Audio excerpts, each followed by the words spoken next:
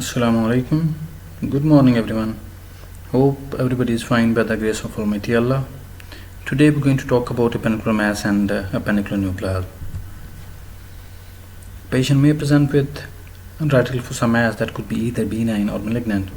In benign condition, the most common presentation it would be appendicular mass as a complication of acute appendicitis. Patient may have appendicular abscess, again is a complication of acute appendicitis. Patient may present with alocecal tuberculosis, that's much more common in subcontinent region. In malignant condition, it could be either cecal carcinoma or appendicular neoplasm. First we will talk about inflammatory appendicular mass. It would be resulted as a complication of acute appendicitis. The mass would consist of greater omentum with edematous cecal valve and loops of distal ileum with inflamed appendix in the center. It's a natural phenomenon of the body to contain spread of infection. Patient would typically present with either atypical or typical history of acute appendicitis. That would be a few days duration, and on examination there would be firm, tender, irregular mass in radical fossa with localized guarding and rigidity with systemic manifestation as well. Though it would be diagnosed clinically, but ultrasound examination and CT abdomen would be of much help. In the management of inflammatory appendicular mass, either we can go for conservative treatment, that's most commonly employed, and it will also known as Austen regime, and it comprises of the patient will be admitted, kept NPO, pulse and temperature monitoring should be performed, size of the mass should be monitored, patient will be kept on IV fluid and IV antibiotics, and if it's successful, then interval appendectomy can be performed after 6 weeks. But if the conservative treatment resulted into failure, that would be notified by if the patient have rising pulse and temperature, patient would have persistent vomiting, if there's any increase abdominal pain or increasing size of the appendicular mass, then emergency surgery should be performed. Though it have its own consequences like iatrogenic injury to the ball and later on formation of fecal fistula would be higher. Patient may present with appendicular abscess. Again, it's a complication of acute appendicitis. Then this patient would have typical history of acute appendicitis that would be of longer duration, maybe up to a week or even more than that. Patient would be toxic with high-grade fever and tachycardia. There would be tender mass in radical fossa having indistinct margin with rigidity and guarding. Ultrasound, abdomen and CT examination would identify appendicular abscess. On the basis of CT scan, we can divide the treatment option into conservative treatment if the abscess is less than 4 cm. But if it's more than 4 cm, then either ultrasound guided drainage with pigtail insertion can be performed, and if it cannot be performed or the facilities are not available, then surgical drainage should be performed, and most common route is retroperitoneal drainage of appendix. Subsequently, there's a controversial either the appendectomy should be performed as an interval after 6 to 12 weeks or not. That's debatable. The other condition where the patient can present with radical fossa mass, either it would be alocecal tuberculosis or carcinoma cecum. Though these two entities will be discussed in other topics like intestinal tuberculosis and carcinoma cecum and colon. But briefly, if the patient will present with alocecal tuberculosis, patient may present with mass in radical fossa, though he would have history of fever, weight loss, and may have known contact with persons suffering from tuberculosis. Ultrasound examination and CT abdomen would identify a mass in rectal fossa. Patient may present with intestinal obstruction, and in this case right limb trachelectomy should be performed. After that, the patient would be put on anti-tuberculosis treatment for at least 6 months to 9 months.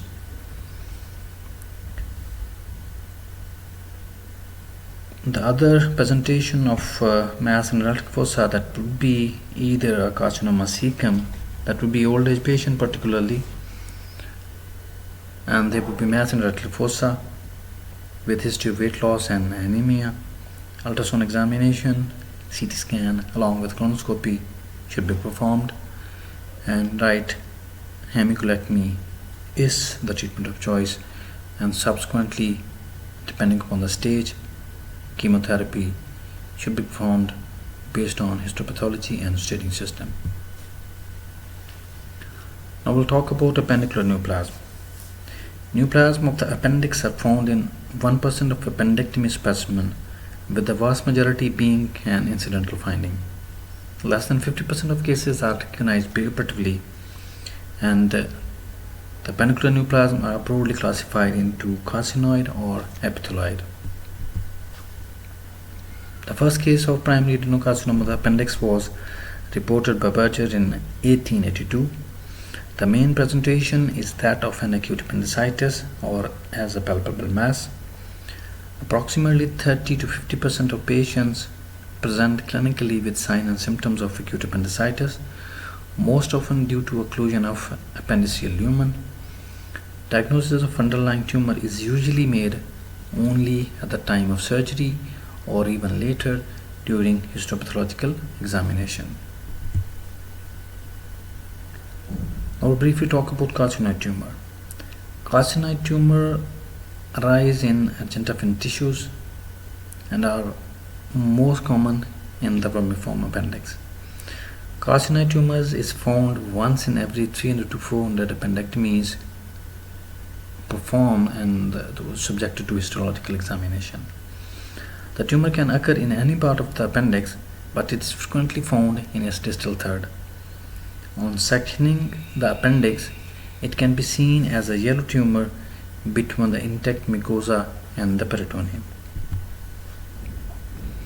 Unlike carcinoid tumor arising in other part of the intestinal tract, carcinoid tumor of the appendix rarely give rise to metastasis. Treatment options depend upon the location of the tumor. If it's in the distal part of the appendix, then appendectomy is enough. But if is there any cecal wall involvement, particularly if it's arising from the base of the appendix, or the tumor size is 2 cm or more than that, or there is a lymph node involvement, then right hemicolectomy should be performed.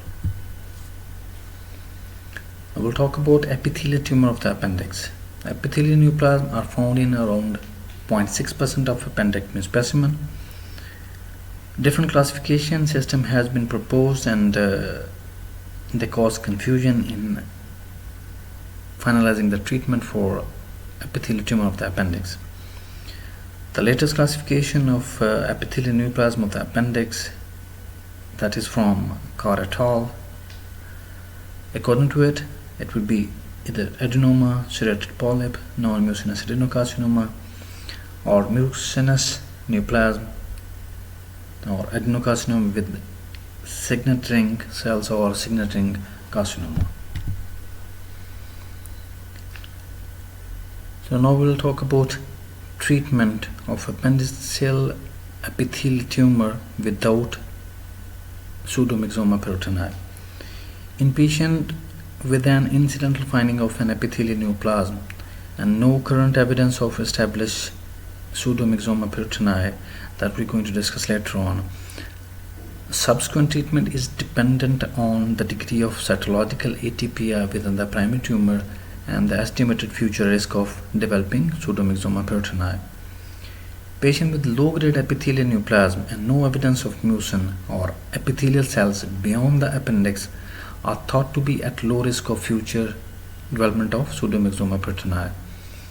Though postoperatively colonoscopy should be performed and surveillance colonoscopy should be performed at least annually for at least 5 years, And the surveillance protocol include annual clinical review, annual low-dose abdominal pelvic CT scan, and appendix-related tumor markers like CEA, CA199, and CA125 should be performed. But if the patient have high risk or high-grade tumor, that would be like if the patient having invasive adenocarcinoma, goblet cell tumor, or having epithelial cell containing mucin outside the appendix, these patients are at high risk of nodal involvement and subsequent development of pseudomyxoma peritoniae. So in these patients with high-grade tumor, right hemicolectomy with prophylactic regional peritonectomy, omentectomy, and intraperitoneal chemotherapy is the treatment of choice. Now we'll talk about pseudomyxoma peritoniae. Pseudomyxoma peritoniae is a rare condition typified by progressive peritoneal tumor deposit, mucinous ascites, omental cake, and ovarian involvement in female, usually known as jelly belly abdomen. The vast majority of cases arises as a result of perforation of mucinous appendicular tumor. This association was first described by Frankel in 1901. Patients typically present with progressive and massive abdominal distension, anorexia, and symptoms of bowel dysfunction. The condition is invariably fatal without intervention. The overall risk of developing pseudomyxoma following removal of an appendix harboring epithelial tumor is approximately 9%. Pseudomyxoma peritoniae is classified according to the degree of cytological atypia within the peritoneal deposit. That would be either low-grade, high-grade, or high-grade mucinous carcinoma peritoniae with signet ring cells. In this picture, on the left side, the CT scan showed the abdomen and the pelvis is filled with a mucinous material. On the right side is a laparoscopic view. As you can appreciate, the mucinous material occupying the whole abdomen, particularly upper abdomen and right epicondyum, filled with mucinous material. Treatment of established pseudomyxoma peritoniae. The standard accepted treatment for established pseudomyxoma peritoniae is cytoreductive surgery combined with heated intraperitoneal chemotherapy, that's HIPEC therapy. The combined operation can take in excess of 10 hours and may require total abdominopelvic peritonectomy, greater and lesser omentectomy, bilateral salpingo-oophorectomy, hysterectomy, cholecystectomy, splenectomy, partial gastrectomy, colectomy, and anterior section of the rectum. So this massive procedure would have high morbidity and mortality until or unless it's performed in a specialized and high volume center. Thank you very much for your attention. If you have any question, you can just ask in the comment section below.